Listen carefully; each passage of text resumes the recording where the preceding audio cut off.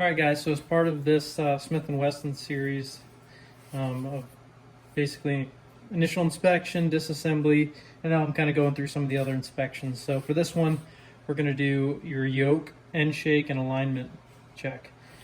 So to do this on a Smith & Wesson, you need to have the cylinder pulled off of the yoke. So it should be like this, kind of empty. If you have any spacers or shims in there to alleviate the cylinder Endshake, remove those as well. But for now, what we're going to do, we have the side plate off, but we have this screw in there just enough so that it has a little bit of pressure. So it's just barely touching that, right? As part of a full inspection of this, what you want to do is once it's just barely touching it, you want to kind of bring this back and forth, make sure there's no spots that it's getting caught on or anything like that. I should say also, before you even do this, make sure you have this thing fully detail cleaned. Make sure there's all the grease and varnishes removed, anything like that. Also, this is done after I did a frame inspection. I didn't go over the frame inspection, but that's found in the Kuhnhausen book. Basically, what it tells you to do is check all your studs, make sure they're tight, check for burrs in all your slots, don't enlarge any slots, and check for the overall condition for wear or anything like that. But anyway, so we do also want to have our thumb piece and bolt installed here. But first and foremost, checking for Endshake.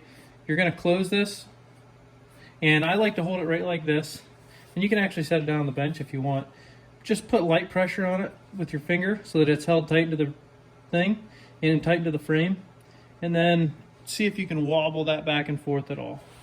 This one's very tight, doesn't have any movement at all. If you do have some movement, there's two options you can do. A quick option is replace that screw. I think it's called a number 2 screw that's a little bit wider diameter. It goes into that, locks into that slot. And the other thing you can do is install a stainless steel shim right there. They come in 2/1000 diameters. Not diameters, thickness. Okay, so now we're going to check for alignment. Alright guys, so I shot that whole video about the yoke alignment tool and how to use it, and I didn't realize that I had it slightly out of frame, so I'm reshooting it now. This yoke alignment tool is available at Brownells. This will tell you if your yoke's aligned, and that is the first thing to check for cylinder alignment, all that kind of stuff. You don't want to be bending your ejector rod thinking that that's the issue when it's really your cylinder or your yoke assembly. So first things first, have this thing cleaned up as much as possible inside the tube and everything. You want this tool to go in there nice and smoothly. So now what we're going to do is we're going to flip it up vertically, hold the thumb piece back, and it should drop freely into the hole in the frame. And you also want to make sure that you're holding it against the frame here. So it's a little bit of an extra process here.